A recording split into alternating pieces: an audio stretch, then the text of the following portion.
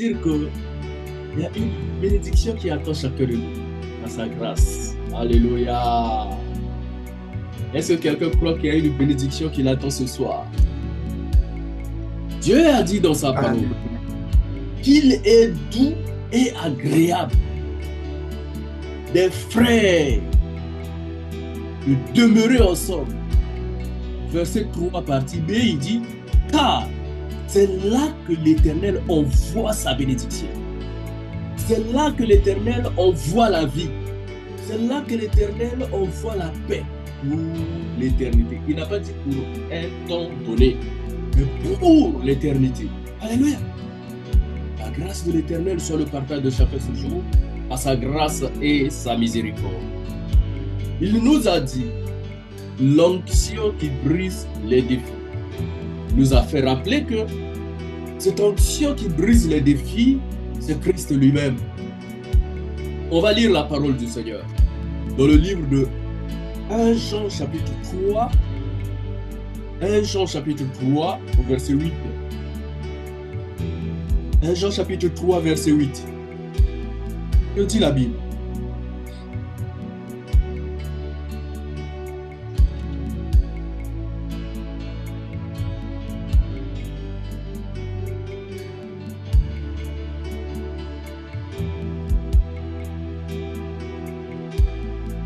Alors la Bible dit ceci. Celui qui pêche est du diable, car le diable pêche dès le commencement. Le Fils de Dieu a apparu afin de détruire les œuvres du diable. Je vais demander très respectueusement au frère Franchel de lire dans sa version. Papa Franchel, si vous pouvez lire dans votre version, dans la version que vous avez. 1 Jean chapitre 3 verset 8. Je reprends dans la version Louis II. Celui qui pêche est du diable. Chapitre 3 verset 8. Car le diable pêche dès le commencement. Le Fils de l'homme a apparu afin de détruire les œuvres du diable. Alléluia. Alléluia. 1 Jean chapitre 3 verset 8. Lis la parole de Dieu. Amen. Celui qui s'adonne au péché appartient au diable. Car le diable pêche dès le commencement. Or, le Fils de Dieu est précisément apparu pour détruire les œuvres du diable. Le Fils de Dieu est apparu pour détruire les œuvres du diable. Alléluia. Nous avons dit ceci. L'onction de Dieu qui brise les défis, c'est Christ Jésus de Nazareth. Or, Christ avait été annoncé depuis Éden afin d'écraser la tête du serpent. Christ avait été annoncé dans le jardin d'Éden afin de détruire les œuvres du diable. Voilà pourquoi lorsqu'il a été annoncé, il est apparu. Comme l'apôtre Jean nous le rappelle, qu'il est venu détruire les œuvres du diable. Pourquoi? Parce que le diable avait déjà sémé, avait déjà envoyé des semences sur terre. Le diable avait envoyé des semences sur terre qui devraient venir contredire la volonté de Dieu. La volonté de Dieu devrait être contredite dans la vie des enfants de Dieu. Or, Dieu nous a créés selon son image et sa ressemblance, n'est-ce pas? En créant l'homme selon son image et sa ressemblance, Dieu voulait que l'homme soit comme lui. Je n'ai pas dit égal à lui. Dieu voulait que l'homme soit comme lui. En voulant que l'homme soit comme lui, Dieu a préparé un terrain pour l'homme. Dieu a préparé un champ pour l'homme. Dieu a préparé un terrain pour l'homme. Dieu a préparé une étendue pour l'homme pour que l'homme puisse venir vivre. C'est pourquoi, dans le livre de Genèse, la Bible nous rappelle que Dieu a créé des êtres. Il a créé des animaux, il a créé des les oiseaux, il a créé tout ce qui existe et aussi un jour il a créé l'homme. Il l'a déposé dans un jardin. Alléluia. Ce jardin qui s'appelle Éden. Éden qui était un lieu de repos. Un lieu de repos pour l'homme. Ah, mais que fait-il que Dieu avait déjà préparé un bon terrain pour l'homme? L'homme se retrouve encore dans le péché. La Bible nous rappelle que il y a Satan le diable, Lucifer, l'ange déchu, avait été présenté sur terre avant même que l'homme puisse venir sur cette terre. Au fait, Lucifer était un ange qui avait un rôle particulier auprès de Dieu. Lorsque Dieu avait besoin de faire une mission donnée, il léguait à Lucifer d'aller faire cette mission. Il avait vraiment une place spéciale auprès de Dieu. Voilà pourquoi je dis souvent, le premier péché qui puisse exister, ce n'est pas la désobéissance qui s'est manifestée dans le jardin d'Éden entre Adam et Ève vis-à-vis de Dieu. Mais le premier péché qui puisse exister, c'est ce qui s'est manifesté dans le cœur de Lucifer, l'ange de lumière. On l'appelle souvent comme ça. Lucifer, l'ange de lumière.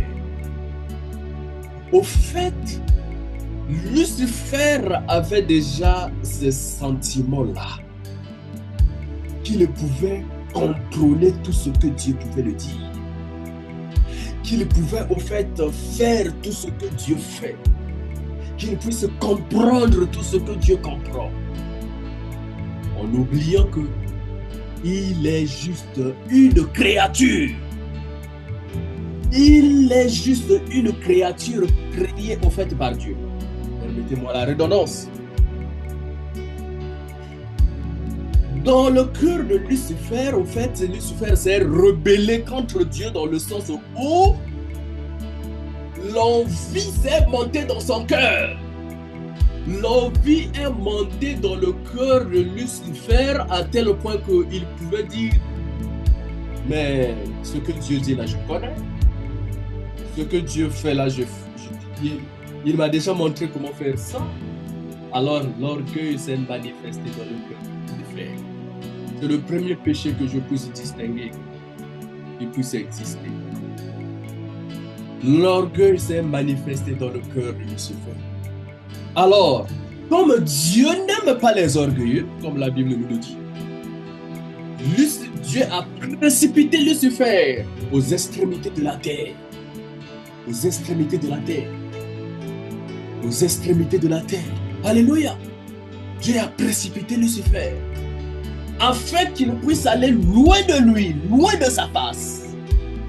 C'est pourquoi lorsque le péché adamique s'est manifesté, Dieu a envoyé Adam et Ève loin de sa face. Parce que Dieu ne supporte pas le péché. Alors Dieu est amour, oui. Mais il aime que le pécheur puisse se repentir. Il ne supporte pas le péché. Voilà pourquoi il nous enseigne d'avoir la haine pour le péché. Nous sommes dans l'onction qui brise les défis. Alléluia. On arrive. Alors, bien-aimés frères et sœurs, Dieu a précipité Lucifer aux extrémités de la terre afin qu'il puisse aller loin de sa face. Mais comme Dieu dans sa nature, il veut toujours avoir des êtres autour de lui, le seul être à cette époque-là, en ce moment-là, je ne parle pas de l'époque parce que ce n'était pas encore un monde visible, c'est un monde invisible. Il y avait beaucoup d'êtres qui existaient. Voilà pourquoi il a dit à Jérémie, avant que ton père et ta mère ne puissent te concevoir, je t'ai connu d'avance. Rappelons-nous, bien-aimés frères et sœurs, de la conversation entre Dieu et Satan, diable. Par rapport à la vie de Job, la Bible nous rappelle que Dieu était en train de causer en réunion avec les êtres, avec les hommes, les enfants dits de Dieu. Ça veut dire que dans l'éternité passée, il y avait un monde invisible d'où vous et moi, nous sommes sortis, on travaillait avec Dieu, on vivait avec Dieu, on manifestait ce que Dieu voulait qu'on puisse manifester dans le monde invisible. Ce faire, frère, sœur, lorsque le temps de la mission de chacun était possible sur cette terre, Dieu a appelé chacun selon son origine, selon sa race, là où il pouvait sortir. Mais au départ, nous étions tous spirituels. Voilà pourquoi dans le livre de Romains, il a dit ceux qu'il avait prédestinés d'avance. Alléluia. Ceux qu'il avait prédestinés, c'est ceux-là qui sont venus et qui vivent sa mission sur cette terre. Il les avait prédestinés d'avance, il vivait en esprit avec lui. Voilà pourquoi lorsque Dieu était en réunion avec ses êtres et consorts, il pouvait décider alors comment est-ce qu'il peut aller contrecarrer l'œuvre de la rébellion sur là où il avait précipité Satan. Dieu a envoyé Satan sur terre. Alors il faut aller contrôler ses expressions, contrôler l'expression de Satan. C'est en ce net moment, frère, sœur, que Dieu a, dans sa souveraineté, son amour, sa grâce et sa miséricorde, a pensé envoyer l'homme sur terre. L'homme qui était l'esprit. À cause de cela, avant que l'homme puisse venir, Dieu a d'abord préparé un terrain pour lui. Mais tout en sachant que sur ce terrain, dans cette surface étendue de la terre, il avait déjà précipité Satan. Parce que, rappelons-nous bien, mes frères et sœurs, lorsque Moïse était en train de partir sur le mont de Sinaï pour rencontrer Dieu, Dieu a dit, ôte tes souliers, car le lieu que tu t'approches est saint et pur. Dieu aime la pureté, Dieu aime la sainteté. Voilà pourquoi, autour de lui, un homme qui s'est rebellé, qui a l'orgueil dans son cœur, il devrait le précipiter, un être. Il devrait le précipiter jusqu'aux extrémités de la terre. Alors, bien-aimés frères et sœurs, il a donc préparé un terrain pour l'homme, afin que l'homme puisse, comme Lucifer a désobéi dans le monde céleste, spirituel, il faut alors préparer un être qui soit physique pour pouvoir contrecarrer le pouvoir de Lucifer sur terre. Alors il a envoyé le premier Adam. Alléluia. Alléluia. En envoyant le premier Adam, bien-aimés frères et sœurs, malheureusement, peut-être heureusement, parce que le second Adam devrait venir. Alléluia. Il a envoyé le premier Adam dans un lieu de repos. En travaillant avec Dieu, il n'avait pas de problème. Il n'avait pas de problème. Il n'avait pas un défi quelconque, non. Ici, là, il y a un défi de ceci. Voilà, je devrais faire ceci. Je devrais travailler à la sueur de mon front. Non, il n'avait pas cela. Tout lui avait été préparé. Il vivait dans sa quiétude, sa tranquillité. Sauf que c'est là où les défis commencent. Sauf que lorsqu'il a écouté la voix de celui qui avait été précipité, les défis ont commencé dans sa vie. Les défis ont commencé dans sa vie, frère. Les défis ont commencé dans sa vie. C'est de la même manière, bien-aimés frères et sœurs. Lorsque nous venons au Seigneur, nous avons entendu parler de lui. Nous avons entendu parler de sa parole. Lorsqu'on entend la troisième voix, j'appelle souvent la troisième voix la voix de Lucifer, la voix de Satan le diable. Parfois vous êtes en train de vivre votre vie paisiblement, mais à cause de certaines situations, vous vous dites non, je vais maintenant aller me donner à ceci. je vais maintenant aller me donner à ceci.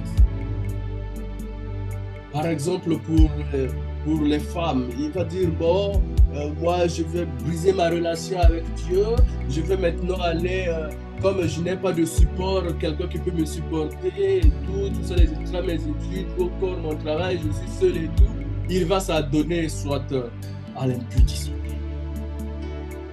Soit pour les hommes, il va dire, non, j'ai mis du temps dans cette situation et tout. Il va voir, par exemple, de ceci, cela, dans les mailles carrées, dans la rose croix, dans l'occultisme et consort.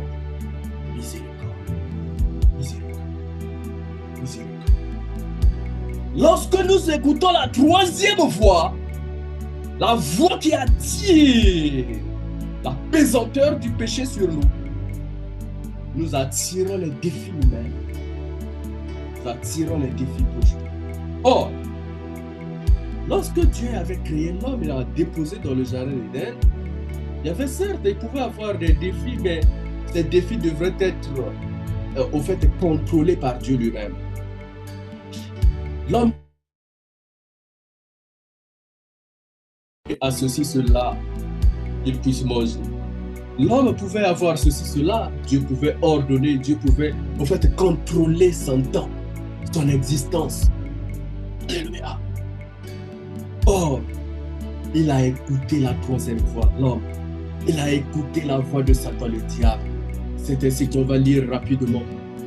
On va lire, bien-aimés frères et sœurs, dans le livre de Genèse chapitre 2, d'abord verset 25.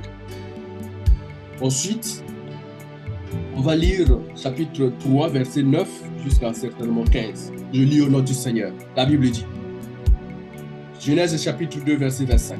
La Bible dit, l'homme et sa femme étaient tous deux nus et ils n'en avaient point honte. Alléluia. Lorsque nous sommes dans un lieu de repos, le repos de Dieu, lorsque nous nous sentons aimés par Dieu, nous nous sentons que nous sommes en train de travailler, vivre avec Dieu, c'est là où je parle de repos. Le repos, en fait, lorsque nous avons un appui sur Dieu. Lorsque nous nous appuyons sur Dieu, quelque chose qui nous arrive. Lorsque nous nous appuyons sur Dieu, nous n'avons pas honte, frères et sœurs. Je n'ai pas honte que je manque ceci. Je n'ai pas honte que j'ai ceci. Je n'ai pas honte que je suis comme cela. Je n'ai pas honte que je suis comme ceci, cela. Au fait, j'ai cette assurance du Seigneur qui se manifeste en moi, qui me fait dire que j'appartiens à la race de Christ. Alléluia. J'appartiens à la race des enfants nés de Dieu. On a parlé de la nouvelle naissance la fois passée. On a parlé de certaines choses. Au fait, ici, frères et sœurs, nous devons remarquer que dans le jardin d'Éden, l'homme et la femme n'avaient pas honte. Mais écoutons ceci. Chapitre 3, à partir du verset 9. La Bible dit, mais l'Éternel Dieu appela l'homme et lui dit, où es-tu? Hey! L'Éternel appelle chacun de nous ce soir. Où sommes-nous?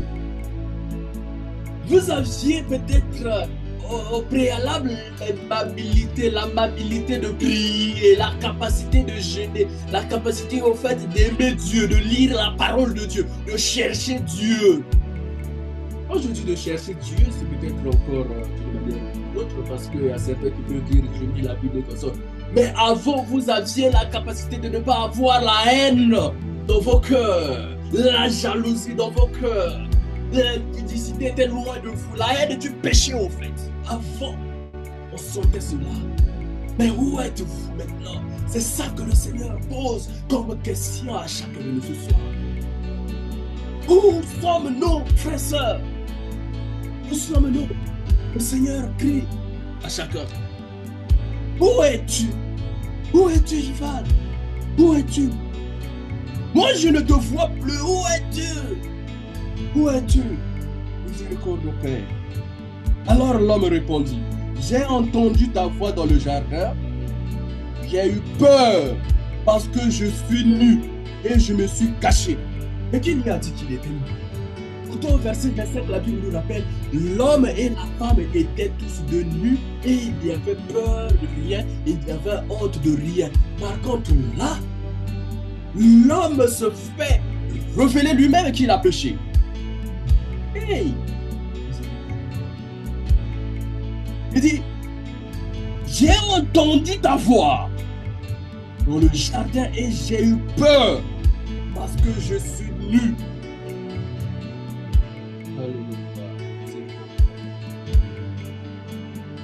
Alors l'Éternel dit, qui t'a appris que tu es nu? Est-ce que tu as mangé de l'arbre dont je t'avais défendu de manger? Si Dieu ne sait pas aller de gauche à droite, il s'est rappelé de l'instruction. Parce que le Seigneur se base sur son instruction. Rappelons-nous, bien-aimés frères et sœurs, dans le livre de Deutéronome, chapitre 28, à partir du verset 1, la Bible nous rappelle que si tu obéis à la voix de l'Éternel, ton Dieu, voici toutes les bénédictions qui t'accompagneront. Au fait, le Seigneur se base dans nos vies sur son instruction. Pas l'instruction du diable. Pas l'instruction, je ne sais pas, des mamangunjas. Pas l'instruction. Au fait, le Seigneur se base dans nos vies sur son instruction, afin que lorsque son instruction est donnée, que nous puissions la suivre. Lorsque nous suivons son instruction, nous nous basons sur son instruction. Au fait, quand je parle de l'instruction ici, je ne parle pas des règles religieuses. Bon, frère, sœur. Car Christ est venu. C'est voilà. Alléluia. Alors, bien-aimés frères et sœurs, Dieu s'est rappelé qu'il avait donné l'instruction à l'homme que tu ne dois pas manger l'arbre de la connaissance du bien et du mal. Si tu manges cela, tu mourras. Dieu a dit à chacun de nous, si tu pêches, tu mourras. Romains chapitre 6, à partir du verset 23, la Bible nous rappelle que le salaire du péché, c'est la mort. Le salaire du péché, c'est la mort. Et le don gratuit de Dieu qui donne à chacun de nous, c'est la vie éternelle. C'est-à-dire que si l'homme pêche, il mourra. Alléluia. C'est pourquoi, bien-aimés frères et sœurs, en venant sur cette terre, lorsque il nous avait prédestinés, lorsque nous venons sur cette terre, nous venons par la voie du péché. Voilà, c'est à cause de cela qu'il a dit, tous ont péché, le livre de Romains chapitre 3, ont péché et sont privés de vivre la gloire de Dieu. Tous ont péché. Ont péché et sont privés de vivre la gloire de Dieu. Mais il y a quelque chose de merveilleux qui vient arriver. Dieu dit, qui t'a appris? Je ne condamne personne. La parole du Seigneur. Qui t'a appris que tu es nu? Est-ce que tu as mangé l'arbre de la connaissance du bien et du mal que je t'ai défendu? Verset 12, l'homme répondit, la femme que tu as mise au m'a donné de l'arbre de la connaissance du bien. L'arbre j'ai mangé. Il met encore une pause. De fois dans nos vies, bien-aimés frères et sœurs, on ne veut pas pécher seul. C'est là où je reviens sur la partie des critiques. On ne veut pas pécher seul. Lorsqu'on pêche, alors on commence à accuser les autres. C'est X qui m'a mis dans cet état. C'est Y qui m'a mis dans cet état. Non, frères et sœurs. Chacun de nous a une relation avec Dieu qu'il doit entretenir. Si quelqu'un vous met dans un état donné, nous devons, par sa grâce, revenir au pied de la croix. Il a dit, venez à moi, vous tous ceux qui êtes chargés et fatigués. Il y a un fardeau sur moi, Seigneur, que tu fies. Pardonne-moi, pardonne mon frère. Pardonne celui qui a péché contre moi, qui m'a irrité. Pardonne-moi aussi, frère. Hey. C'est ça, bien-aimés frères et sœurs.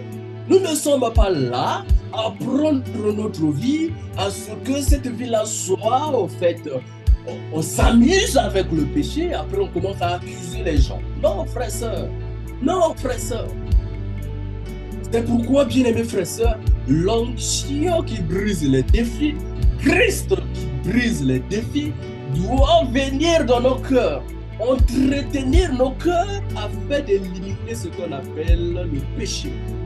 lever le péché. Lorsqu'il enlève le péché, il enlève le défi. C'est à cause de cela, la Bible nous rappelle que le Fils de l'homme est venu pour briser les œuvres du diable. On va revenir, on va y revenir. Merci. C'est la femme que tu as mise auprès de moi.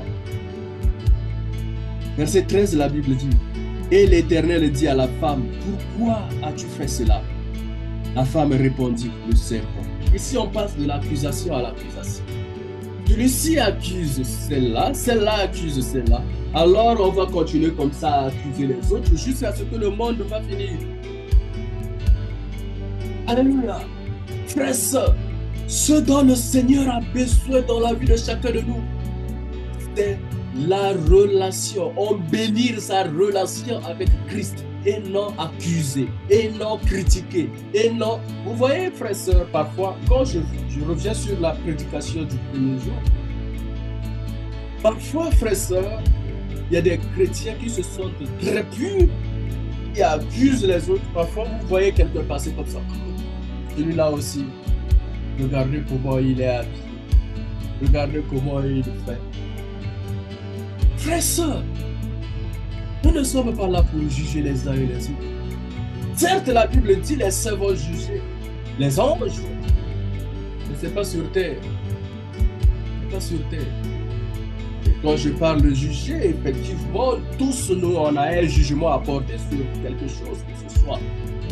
Mais nous devons faire attention dans notre relation avec Dieu. Dans notre relation avec Dieu. Parce que la base de notre relation n'est pas le critique. La base de notre relation avec Dieu, c'est le péché. Chacun de nous doit le savoir. Si Christ est venu, le second Adam est venu, c'est à cause du péché. C'est pour le salut de l'humanité. Ce n'est pas pour que nous puissions nous battre entre nous sur cette terre. Celui-ci prie à l'église X, celui-ci prie à l'église Y. Ceux-là ne s'entendent pas, etc. Si vous voyez que votre frère a péché, votre soeur a péché, priez pour lui. N'allez pas dénigrer son nom. C'est quelqu'un d'autre là-bas. L'onction qui brise les vies. Christ est dans le cœur de l'homme. Alléluia. Christ doit manifester son œuvre dans notre cœur. À tel point que, au fait, le problème de l'humanité, c'est le péché. Si nous voyons des guerres de gauche à droite, dans les pays de gauche à droite, c'est le péché. C'est la lutte sur quelque chose. On veut gagner ceci. On veut être puissant que celui-ci. C'est la même chose qui se passe même dans les familles, dans les foyers, etc. Alléluia.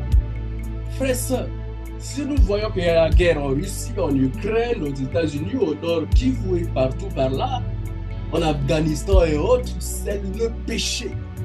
C'est le péché, frères et sœurs. C'est tous pouvaient avoir l'onction qui brise les défis dans leur cœur. On devrait s'aimer sur terre. On devrait s'aimer sur terre, frères et sœurs. On devrait s'aimer. On devrait s'aimer. Voilà pourquoi ici, au lieu que l'homme que Dieu avait donné la responsabilité de garder Éden puisse garder, puisse dire que oui, j'ai péché, Seigneur, c'est parce que j'ai péché que j'ai reconnu que je suis. Lui, il commence à accuser. C'est la femme que tu as mis à mes côtés. La femme a fait pareil. C'est le serpent. Pourquoi il n'a pas dit que c'est le serpent que tu as mis à mes côtés? Dieu avait précipité Satan le diable.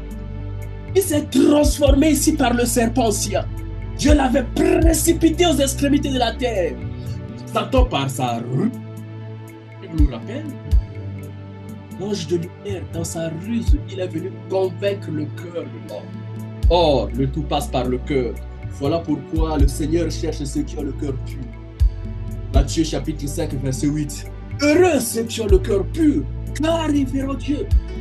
À cause de cela, dans le livre d'Ésaïe, chapitre 26, il a dit « Je viendrai moi-même prendre soin de mes brebis, comme un bon pasteur. » Pourquoi? Parce qu'à cette époque-là, en Israël, il y avait des pasteurs qui étaient déjà corrompus avec les dieux d'idoles, d'idolâtrie et consorts. Et ce que le Seigneur voulait dans le cœur de l'homme, qu'il a prédestiné, c'est avoir un cœur pur.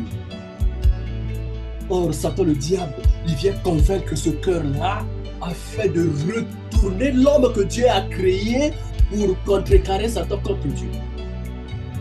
C'est ça qui se passe sur terre, frères et sœurs. La lutte de Satan, c'est pour que nous puissions nous révolter contre Dieu. En fait, nous révolter contre Dieu ne veut pas dire que non, je ne fais plus ce que Dieu a dit, ceci, cela, non, ceci, cela. C'est renier Dieu, que ce soit de façon indirecte ou directe. Renier Dieu de façon indirecte ou directe dans notre comportement, dans notre façon de faire, dans notre manie, dans nos manières, et tout. Ce dont le Seigneur fait à chacun de nous, frères et sœurs, c'est le cœur pur. Le cœur pur. Lorsque l'onction qui brise les défis est dans le cœur de chacun, la puissance qui révèle Christ se manifeste. Alléluia. L'homme dit, comment on l'appelle? La femme dit, l'Éternel répond à la femme, pourquoi as-tu fait cela? La femme répondit, le serpent m'a séduite et j'en ai mangé. Alors il fallait que le Seigneur puisse entrer en contact avec Satan, parler avec Satan. Vous voyez, ici, le Seigneur n'avait plus besoin d'entrer en contact avec Satan. Mais à cause de notre impunité, à cause de nos natures, il faut que le Seigneur puisse entrer en contact avec Satan. Il parle à Satan. Pourquoi tu fais cela? Pourquoi? Puisque, verset 14, je vais sauter rapidement. Verset 14, il dit, puisque tu as fait cela, il dit à Satan, tu seras maudit entre tous les bétails et entre tous les animaux des champs. Tu marcheras sur ton ventre et tu mangeras de la poussière tous les jours de ta vie. Verset 15, je vais m'arrêter là. Je mettrai inimitié entre toi et la femme, entre ta postérité et sa postérité. Celle-ci t'écrasera la tête et tu lui blesseras les talons. Alléluia.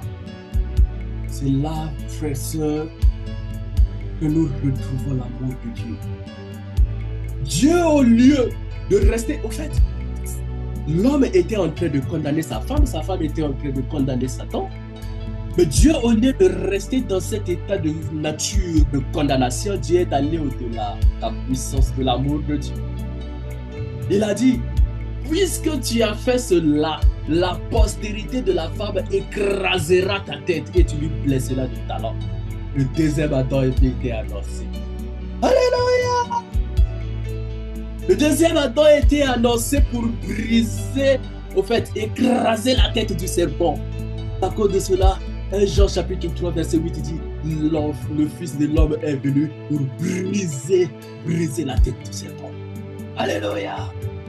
Briser la tête du serpent. Vous faites détruire les œuvres du diable. Les œuvres du diable ici, bien aimés frères et sœurs, les œuvres du diable peuvent être l'orgueil, selon laquelle Lucifer s'est rebellé contre Dieu. Les œuvres du diable peuvent être la maladie. Ces œuvres du diable peuvent être la désobéissance qui s'est manifestée à Éden. Ces œuvres du diable peuvent être l'iniquité. Ces œuvres du diable peuvent être la haine dans le cœur. Ces œuvres du diable peuvent être la jalousie. Ces œuvres du diable peuvent être le manque de pardon que nous avons parlé la dernière fois. Ces œuvres du diable peuvent être l'animosité. Ces œuvres du diable peuvent être la colère. Ces œuvres du diable peuvent être l'infidélité. Ces œuvres du diable peuvent être la trahison. Ces œuvres du diable peuvent être l'adultère. Ces œuvres du diable peuvent être l'infertilité. Ces œuvres du diable peuvent être la maladie, l'infirmité. Ces œuvres du diable peuvent être la perte de sang. Ces œuvres du diable peuvent être le retard selon Satan qui se manifeste dans la vie. Plusieurs œuvres du diable peuvent se manifester comme ça, frères et sœurs. Or, il y a une bonne nouvelle pour chacun. Alléluia. Christ est annoncé. Il avait été annoncé dans Éden ici. La sémence de la femme écrasera la tête du serpent. La sémence de la femme. Christ écrasera le défi, brisera le défi qui accompagne chacun ce soir. Aujourd'hui, là, le défi qui accompagne chacun doit tomber au nom de Jésus. c'est le défi de l'orgueil, si c'est la perte du sang, si ce sont les maux de tête, si ce sont les maux de ventre, si c'est la maladie, l'infirmité, la jalousie, la haine, ça doit tomber ce soir au nom puissant de Jésus. Amen. Christ avait été annoncé afin de briser les œuvres du diable, frère ça. L'onction qui brise les défis.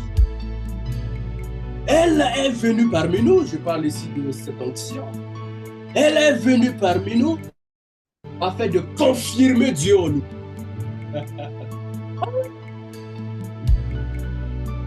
L'onction de Dieu est venue sur nous pour confirmer Dieu dans nos vies. Voilà pourquoi David, hier, le frère Sylvain avait parlé de ça. Voilà pourquoi David, en venant vers Goliath, il a dit: je viens vers toi au nom du Dieu d'Israël. Alléluia. Mais au nom de qui chacun de nous vient devant son péché? Au nom de qui chacun de nous vient devant sa maladie?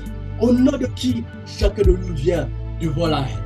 Au nom de qui chacun de nous vient devant l'infirmité? Au nom de qui chacun de nous vient devant la colère? Implorons la puissance du sang de Christ ce soir. Ces choses doivent tomber au nom puissant de Jésus.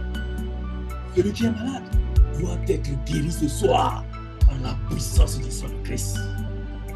La Bible nous rappelle, il a vaincu, sur l'Apocalypse, il a vaincu à cause du sang précieux de Jésus-Christ. Que la puissance du sang de Christ puisse se manifester ce soir pour briser que ce soit les blocages, que ce soit les retards qui se manifestent dans la vie de chacun. Ce soir, au nom puissant de Jésus-Christ.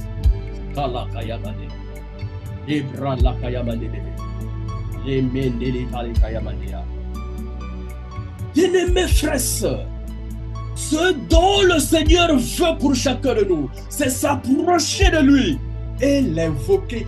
L'onction qui brise les défis, elle est déjà là. Elle cherche qui l'invoque pour manifester sa gloire. Voilà pourquoi, bien-aimés frères et sœurs, la Bible nous rappelle que ce jour, Christ étant dans l'agonie, il a senti un poids.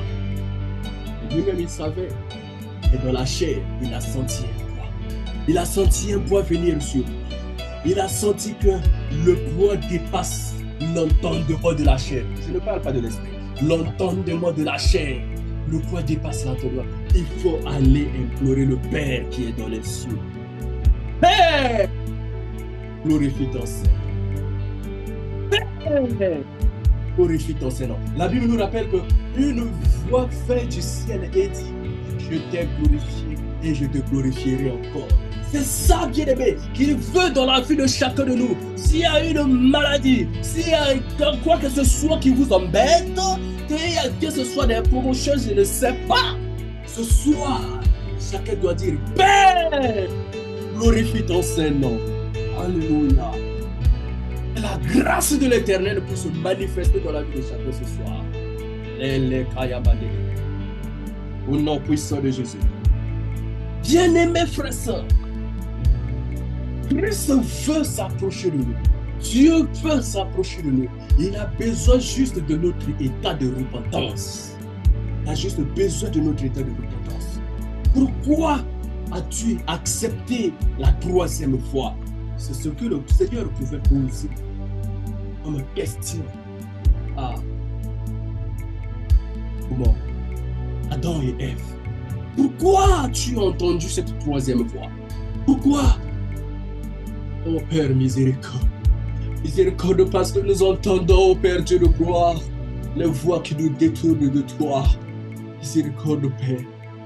Bien-aimés frères et sœurs, ce dont le Seigneur veut, au fait, le Seigneur est amour. Et ce qu'il veut, c'est que nous puissions nous approcher de lui. Nous puissions nous approcher de lui. Nous puissions travailler avec lui. Qu'il puisse nous mettre dans un lieu de repos. Comme j'ai dit la première journée, ou encore le premier jour, la première fois, quand je parle de repos ici, ça ne veut pas dire qu'on va vous déposer au cimetière. Non, frère. Je parle du repos de Dieu, caractérisé par sa paix, caractérisé par sa joie. Or, il a dit dans sa parole, dans le livre de 1 Thessaloniciens chapitre 5, Bien-aimés frères et sœurs, soyez toujours joyeux. Et où est parti votre paix à cause de la rancœur? Où est parti votre paix à cause de la jalousie? Où est parti votre paix à cause de l'infirmité? Où est parti votre paix à cause d'une maladie? Où est parti votre paix à cause d'un blocage d'oreille? Où est parti votre paix parce que vous ne voyez pas la lumière en face de vous? C'est pourquoi le Seigneur dit ce jour, revenez à moi, revenez à moi, revenez à moi, revenez à moi. Un verset qui me vient à l'esprit, dans le livre de Jérémie chapitre 29. On va lire ça rapidement, ensuite on va prier. On va prier. Jérémie chapitre 29. Jérémie chapitre 29, au verset 12, je lis jusqu'au verset 13. Je lis au nom du Seigneur. Il dit ceci. Non, pardonnez-moi, laissez-moi commencer au verset 11. Il dit ceci. Car je connais les projets que j'ai pour vous, formés pour vous, les projets dits de paix et non de malheur, afin de vous donner un avenir et de l'espérance. Verset 12. Vous m'invoquerez et vous partirez. Vous me prierez et je vous exaucerai. Ah, c'est Dieu qui parle. Verset 13, il dit, vous me chercherez et vous me trouverez. Mais si vous me cherchez de tout votre cœur, de tout votre cœur, vous me prierez, je vous exaucerai. Vous me cherchez, oui, vous me trouverez. Mais si vous me cherchez de tout votre cœur, si vous me cherchez de tout votre cœur, avec un cœur de joie, même si la maladie a atteint notre corps, même si nous ne voyons pas le sommet, on va parler de cela dans le journal. Lorsqu'on va parler de la foi. Même si nous ne voyons pas ce que le Seigneur a pointé à l'horizon, frères et sœurs, lorsque l'onction du Seigneur est là, lorsque Christ est là, il nous attire sa paix. La paix qui viendra détruire les défis, qui viendra briser les défis, qui viendra briser, au fait, la sémence de Satan. Dès lors que nous avons écouté la troisième fois, bien-aimés frères et sœurs, la sémence de Satan est entrée. Que ce soit dans nos vies, que ce soit dans nos familles, que ce soit dans nos nations. Dès lorsque nous avons écouté la troisième fois, en fait la troisième fois qui contredit la voix de Dieu, la sémence de Satan est déjà entrée. Et c'est cette sémence de Satan que Dieu a dit que Christ a déjà écrasé sa tête. Il est allé dans les profondeurs de la terre. Sous la terre, il a brisé les liens de la mort. La Bible nous rappelle au livre de l'Apocalypse qu'il est sorti plus que vainqueur. Alléluia! Christ est plus que vainqueur dans votre vie. Christ est plus que vainqueur dans votre maladie. Christ est plus que vainqueur dans votre état actuel. Christ est plus que vivant au milieu de nous par sa grâce et sa puissance. Au nom de Jésus. Alléluia. Bien-aimés frères et sœurs, nous pouvons sentir le poids des défis, parfois à cause du péché. Le premier jour, nous avons parlé, il y a de ces défis-là qui viennent de Dieu, oui, à l'instar des défis de Job. On en reparlait, il y a des défis qui viennent de notre rébellion. Pour l'instant, nous sommes en train de parler des défis qui viennent de l'état du cœur de la personne. Dieu a besoin d'un cœur qui l'élève. C'est à cause de cela qu'il a dit à Job qu'il n'a jamais vu un homme comme lui. Dieu avait déjà témoigné pour Job avant que Job puisse le savoir. Et lorsque le péché, les défis sont arrivés dans la vie de Job, Dieu Job était en train de vouloir seulement garder sa relation avec Dieu. Vous pouvez tout me prendre, mais pas ma relation avec Dieu. Vous pouvez me dénigrer, mais pas ma relation avec Dieu. Vous pouvez parler de n'importe quoi, mais pas ma relation avec Dieu. Alléluia. Voilà pourquoi, bien aimés frères et sœurs, d'un côté, on tirait Job, de l'autre côté, on parlait de ceci, cela. Mais Job avait toujours ses regards fixés sur l'Éternel Dieu des armées. Alléluia. Je vais lire certainement le dernier passage. Le dernier passage dans le livre des psaumes, frères et sœurs. Psaume chapitre 37. C'est le dernier passage pour que nous puissions prier. Vous allez vraiment me pardonner pour le temps. On a déjà chopé 7 minutes. Psaume chapitre 37. Excusez-moi. La Bible me dit.